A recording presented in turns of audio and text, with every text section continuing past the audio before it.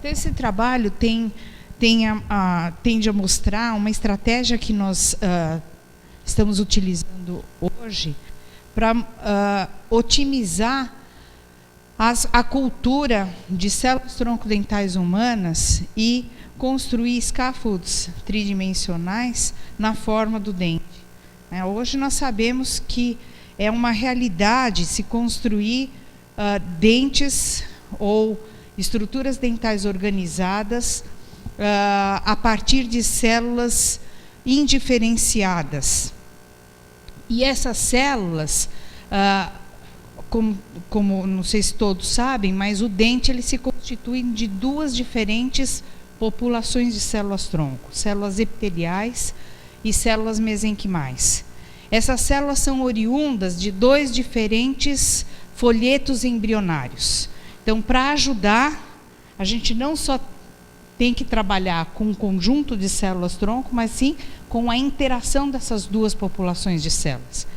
Então, no mundo, o que se faz é o seguinte: essa interação, ela precisa não só fornecer os tecidos organizados que correspondem aos dentes, como também dar a forma dos dentes, que são diferentes. Nós temos incisivos, caninos, premolares, molares, como também da cor, que também é diferente, e, teoricamente, no futuro, da função.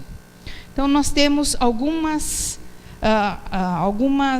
comprometimento para poder colocar isso de uso terapêutico. Um deles é de que forma, qual a estratégia que pode ser usada. Então, alguns grupos, por exemplo, os japoneses utilizam o uso de uma terapia celular, associando dentro de uma matriz de hidrogel, associando genes, né, e a interação dessas células. O grupo inglês utiliza a interação dessas células e a indução por outros fatores, né, e a forma se dá pela indução desses fatores. Nós utilizamos a prototipagem rápida como a formação ou como o estabelecimento de um guia para que essa célula se organize dentro de um determinado molde ou que vai determinar a forma do dente. Tá? Então, esse trabalho teve como coautores eu, o Silvio, a professora Lídia Massaco, o nosso filho, Eduardo, que fez a parte da tomografia volumétrica, o Eduardo do CTI, que fez a parte da prototipagem rápida, o professor Vacante, que deu todo o suporte científico para a técnica, e a doutora Pamela Yelick, que fez também esse suporte científico. Vou passar. Então, mapeando um pouquinho sobre o que seria essa medicina regenerativa, nós estamos diante de uma realidade hoje, diante do que se apresenta no mundo, né, que o Brasil está bem próximo do que nós estamos vendo aqui, mas nós já estamos com alguns centros bem desenvolvidos, né, que exploram a medicina regenerativa aqui. Nós temos no Rio Grande do Sul, e nós temos aqui um representante dessa tecnologia, né, mas Rio de Janeiro, os grandes centros aqui que desenvolvem isso, né. Conceituando o que seria engenharia tecidual, é o desenvolvimento de órgãos, partes humanas substitutas, usando os princípios da biologia com as técnicas da engenharia tecidual. Isso tudo veio a partir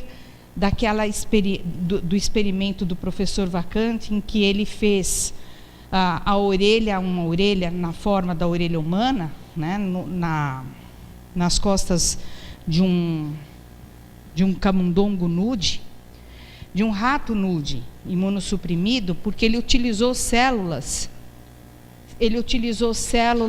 humanas, né, e utilizou aqui como polímero um arcabouço de ácido poliglicólico. Hoje ele já está usando ácido, acho que ele está usando PCL, policaprolato. E o que acontece? Isso aqui revolucionou, né? Quer dizer, com base nesse experimento, é possível que se faça outros tipos de órgãos com essa mesma metodologia. Ontem saiu na Folha, acho que na primeira página, no editorial, mencionando sobre as novas perspectivas de transplante de órgãos. E ali se mostra o que vai acontecer com esses transplantes de órgãos sólidos, principalmente órgãos sólidos, em que existe uma grande possibilidade de não termos mais doadores de órgãos no futuro, né, e que esses órgãos sólidos serão substituídos pelo processo da descelularização. Pode passar. Então, qual foi a estratégia que nós usamos e que temos usado ultimamente para otimizar o processo de obtenção de células-tronco, para obter os scaffolds na forma do dente desejado e propor isso para um futuro implante, substituindo o implante metálico que hoje está disponível. Então, nós sabemos que, de acordo com a Organização Mundial de Saúde, 15%, né, da população brasileira praticamente é edêntula, né? E isso mostra que é uma terapia eminentemente importante para a gente investir na produção de algo que possa estar mudando a direção do conhecimento. E a gente está investindo muito nisso, né? Pode passar. Então, como construir um dente por essa tecnologia, né? A engenharia tecidual utiliza 3 estratégias básicas na construção do dente. Condutiva, indutiva e transplantação celular, né? A condutiva utiliza-se apenas um scaffold para orientar células. A indutiva, ela utiliza um scaffold e utiliza nesse scaffold substâncias de indução tecidual. Essas substâncias podem ser desde fatores de crescimento, podem ser genes que vão conduzir a forma ou vão orientar de como esse dente pode se formar. E a transplantação celular, ela vai mudar ou vai abrigar células e transplantar essas células para aquele local. Então, a técnica que nós estamos utilizando hoje é justamente essa, é de transplantação celular. Tá? Um órgão sólido, por exemplo, ele é denominado um scaffold biológico e ele utiliza também essa estratégia de transplantação celular. Nós precisamos entender que o dente, ele trabalha com o processo do biomimetismo, quando a gente pensar numa estratégia de construção do órgão por inteiro. Então, o dente ele é construído por um esmalte, dentina, isso tem uma estrutura extremamente organizada, diferente do osso, que apresenta um trabeculado desorganizado, um trabeculado que não é tão orientado como é a estrutura dental. Pode passar? Com isso, essa pesquisa mostra que é possível você colocar em células em contato, células epiteliais, células mesenquimais.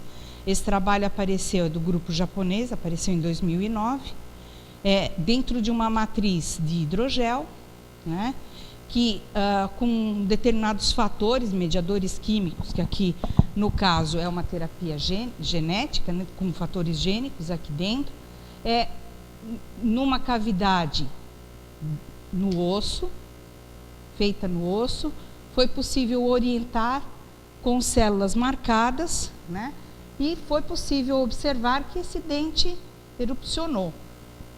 Né? Esse trabalho foi aprovado, passou por uma comissão de reviewers, portanto, nós podemos dizer que foi feito um dente por uma técnica de bioengenharia. Pode passar?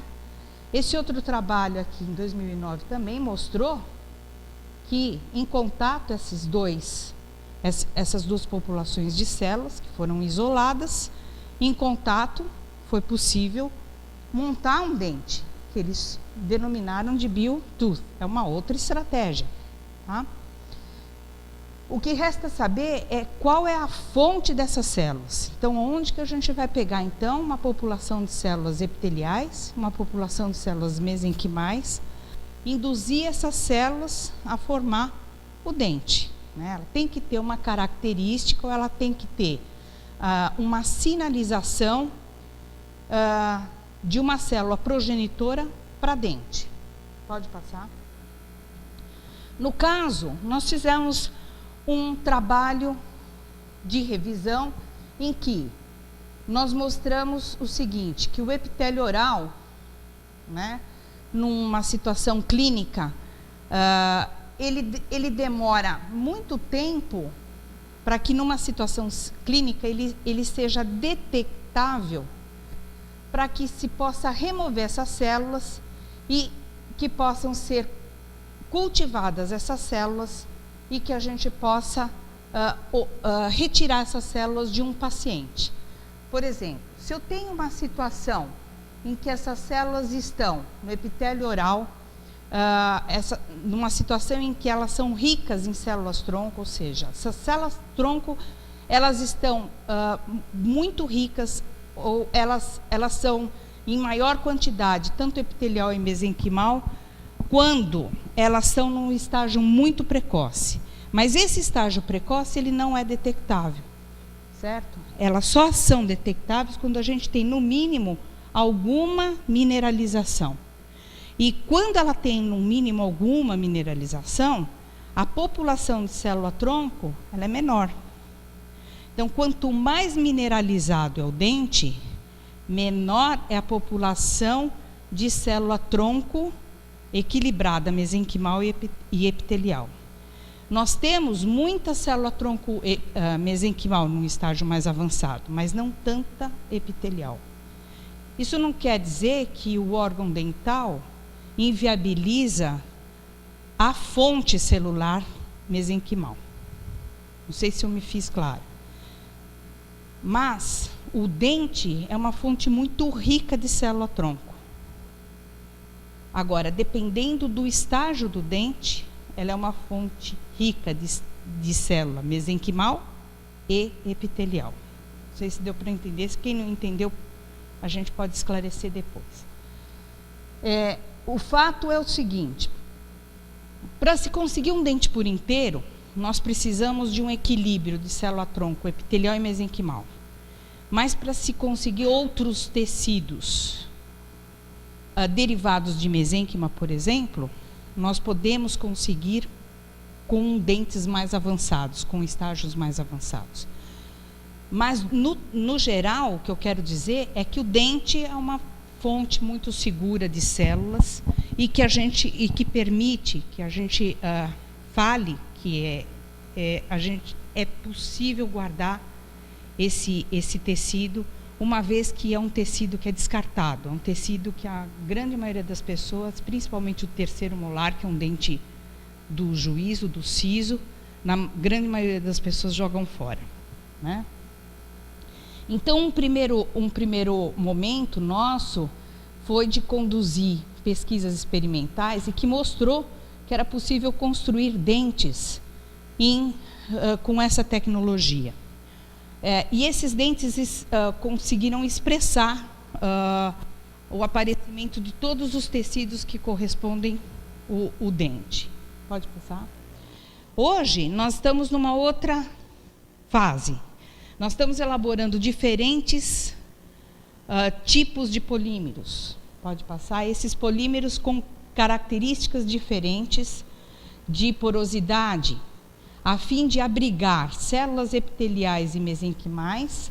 Essas células produziam uma interação entre essa superfície, que, de acordo com um tratamento dessa superfície, permitia a adesão e que elas possam secretar uma determinada matriz extracelular para que expresse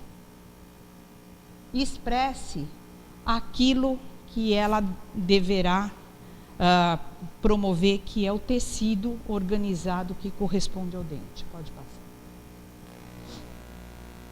Então, em que situação a gente pode ter clinicamente que vai corroborar com essa ideia? Então, a gente vai encontrar, por exemplo, dentes que estarão nessa situação. Esses dentes estão com a raiz completamente formada, portanto, o tecido mole, ou tudo aquilo que a gente vai coletar para fazer as células, né, eles estão num estágio muito avançado, diferente deste estágio em que eu tenho uma população rica de células-tronco epiteliais e mesenquimais. Aqui eu vou ter um conjunto de células muito mais mesenquimais do que epiteliais, né? Então, eu sei que aqui eu vou ter um pool de células que pode não caracterizar uma população que vai me dar um dente por inteiro. Mas nessa situação eu tenho um conjunto de células que vai me rica para me dar um dente por inteiro. Isso eu posso descartar? Para essa abordagem, talvez. Mas para se fazer uma cartilagem, um osso, é possível, né? Aqui eu tenho uma situação clínica em que, olha, eu tenho um dente num estágio bem precoce de desenvolvimento. Então, é um dente que realmente interessa muito para a pesquisa. Pode passar. Nesse caso, a gente retira o dente, leva em condições laboratoriais, faz a cultura, processa esse dente. Com 14 dias, nós começamos a perceber que já ocorre a presença de nódulos de mineralização. Esses nódulos de mineralização começam a se diferenciar já em placa, então, muito provavelmente, a gente colhe essas células antes dessa diferenciação. Pode passar. Nós percebemos que as células ricas em células-tronco, né, as Colony Forming Units, que são unidades formadoras de colônias, elas estão presentes em maior quantidade em dentes no estágio 1 do que no estágio 2, ou seja, dentes que são muito menos desenvolvidos, elas estão presentes e se mantêm em cultura após 21 dias. Então, isso mostra o quanto é necessário a gente remover dentes mais jovens para conseguir uma população mais efetivamente rica do que dentes mais desenvolvidos. A citometria de fluxo mostra que a gente tem o CD34, é um marcador de célula-tronco. Então, mostra que dentes mais jovens, olha, nós temos 43% de porcentagem de célula-tronco numa população de um dente num estágio 1. Pode passar. Nos diferentes estágios, nós vemos que a tomografia volumétrica pode mostrar a quantidade de tecido mole que pode ser extraído desse dente. Mas esse tecido mole independe da relação de célula-tronco, né? Mas mesmo assim, nós sabemos que o estágio 1 tem muito mais célula-tronco do que um estágio 6. Célula-tronco, que eu digo, epitelial e mesenquimal. Nós vamos ter célula-tronco no estágio 6, mas não na mesma quantidade que no estágio 1. Mas nós utilizamos essa tabela mais para mostrar que é possível, com essa medição, com a tomografia volumétrica, emitir dados e informação para que a gente possa confeccionar, por meio de prototipagem rápida, scaffolds, para que servisse de um arcabouço para abrigar células que nós vamos trabalhar lá no laboratório. Então, nós podemos pegar esses modelos, pode passar, transferir isso por meio dos dados que nós estamos mandando aqui pela tomografia volumétrica no formato DICOM, pode passar, e a partir daí você consegue elaborar os scaffolds, quer dizer, dessa forma, nós conseguimos modelos de molares, de pré-molares, de incisivos, de caninos. Então, é uma forma de conseguir dar a forma do dente a que se quer implantar. Então, uns grupos estão trabalhando no descobrimento do gene que dá a forma do pré-molar. Outros trabalham na forma direta do pré-molar, com molde e contramolde, e usando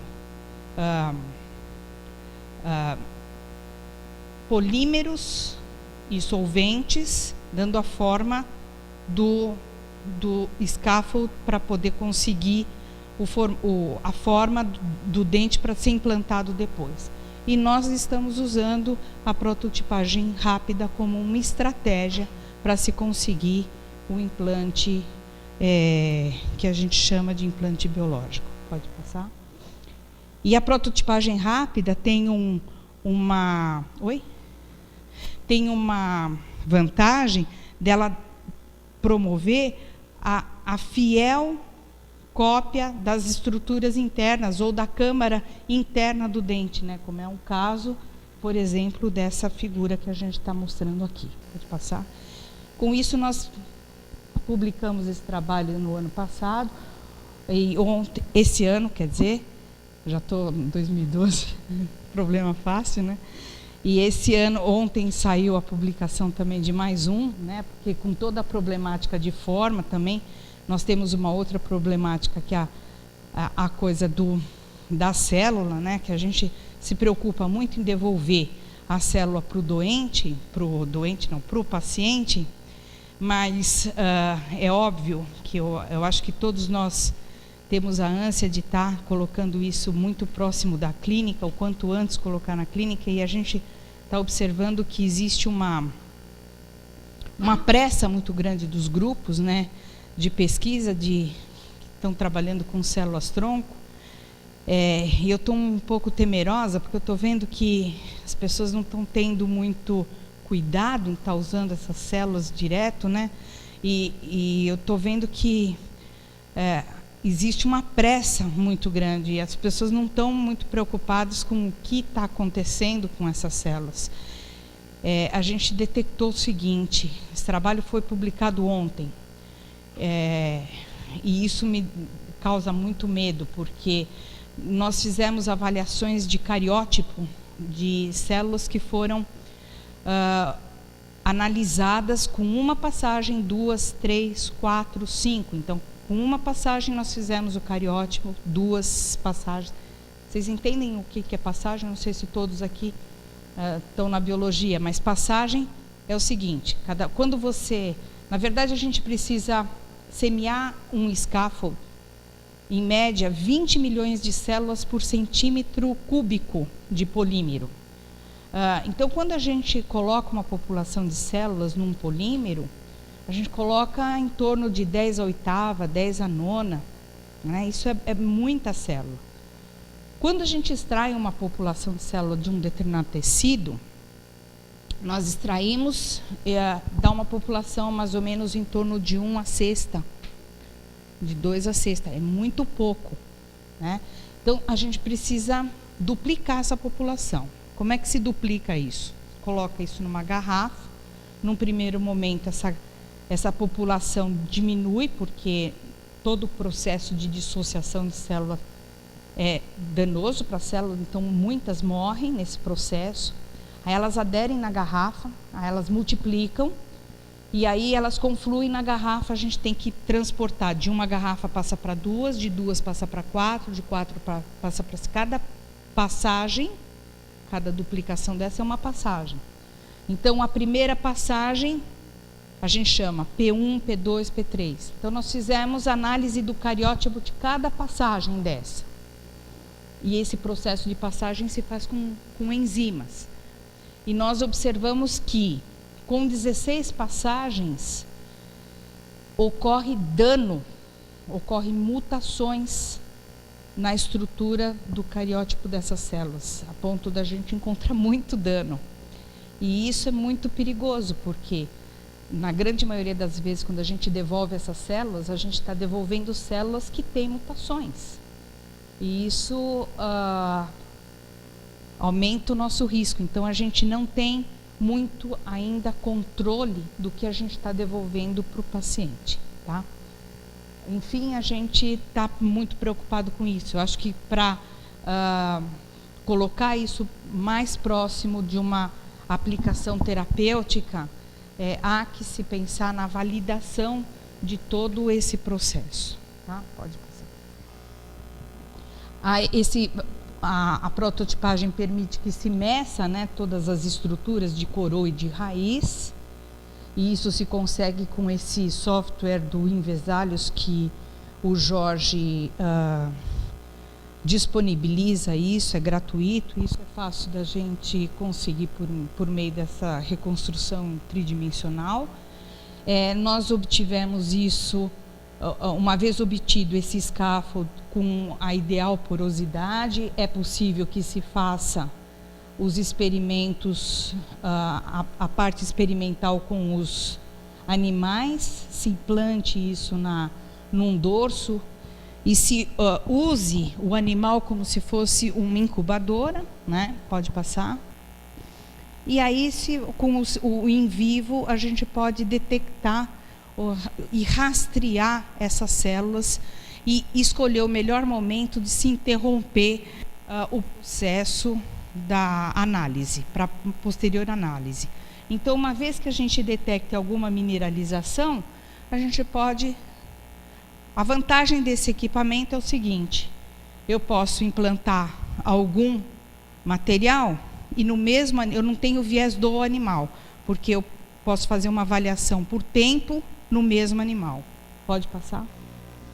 Esse é um dos experimentos que nós tivemos sucesso com o aparecimento de estruturas mineralizadas. Aqui é um conduto de um dentinho, né? Nós tivemos um dentinho conoide, pode passar. Esse trabalho nós temos a intenção de publicar, foi feito também com verba do NIH, pode passar. E como conclusão, a gente afirma que é possível, então, a gente está no caminho certo, é possível seguir a forma por meio da prototipagem rápida. Talvez a associação de todos esses métodos também seja benéfico, mas a gente não tem conhecimento de todos os genes que participam das formas de todos os dentes, né? A gente tem o conhecimento de um gene que participa da forma do molar, pode passar.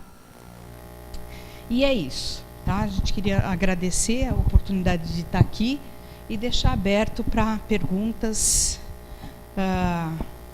e sugestões que